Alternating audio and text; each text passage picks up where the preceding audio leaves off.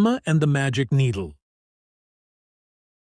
In a small town with colorful houses and narrow streets, there lived a girl named Emma. She was 16 years old and loved watching her grandmother sew. Every time her grandmother held the needle, her fingers moved smoothly, as if she were painting on fabric. Emma was fascinated by sewing, but she had never tried it before. One day, while sitting beside her grandmother, she asked, "Grandma, how do you sew so well?"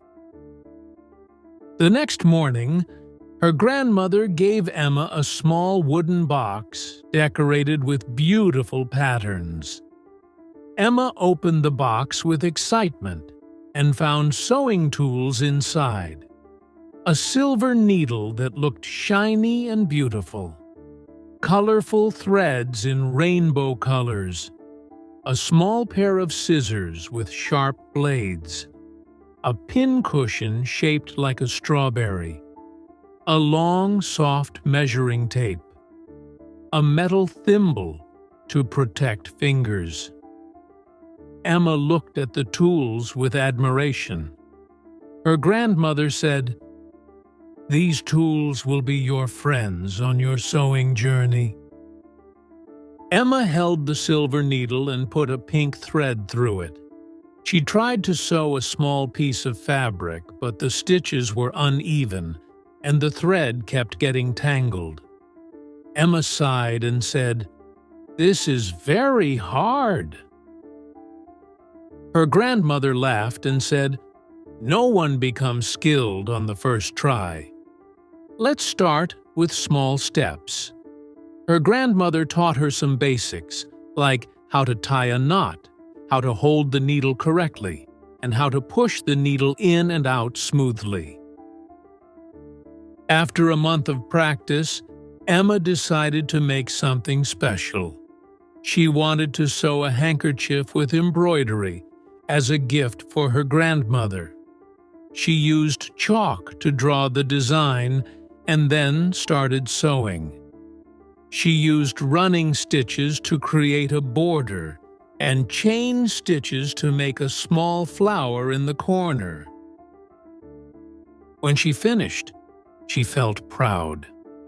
The handkerchief was not perfect, but it was beautiful because it was her first handmade piece. When she gave it to her grandmother, the old woman was touched and said, "This is the most beautiful gift I have ever received, Emma." One night, while Emma was sewing, she noticed that her silver needle was glowing softly. She gasped and said, "What is this? Is this a magic needle?"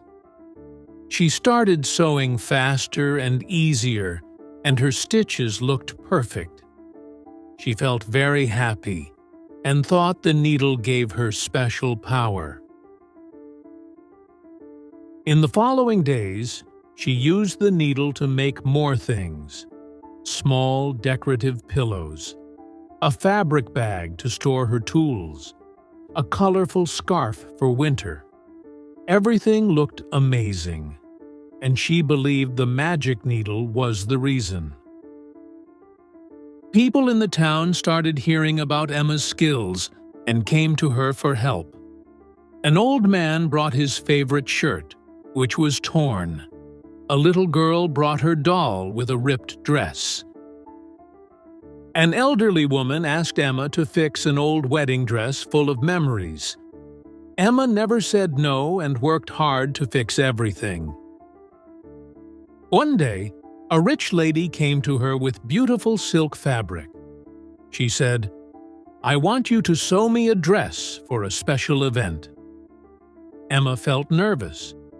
She had never made a dress before, but her grandmother encouraged her, saying, "You can do it, Emma." Emma carefully measured the fabric, cut it, pinned the pieces together, and started sewing. She worked for several days. When she finished, the dress was stunning.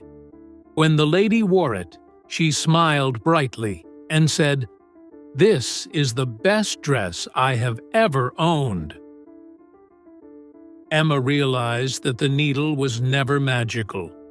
Her hard work, practice, and confidence made her stitches perfect. She smiled and said to herself, "The real magic is love and dedication." From that day on, Emma became the best seamstress in town. She dreamed of opening her own shop in the future, where she could design and create the most beautiful clothes. Don't forget to subscribe.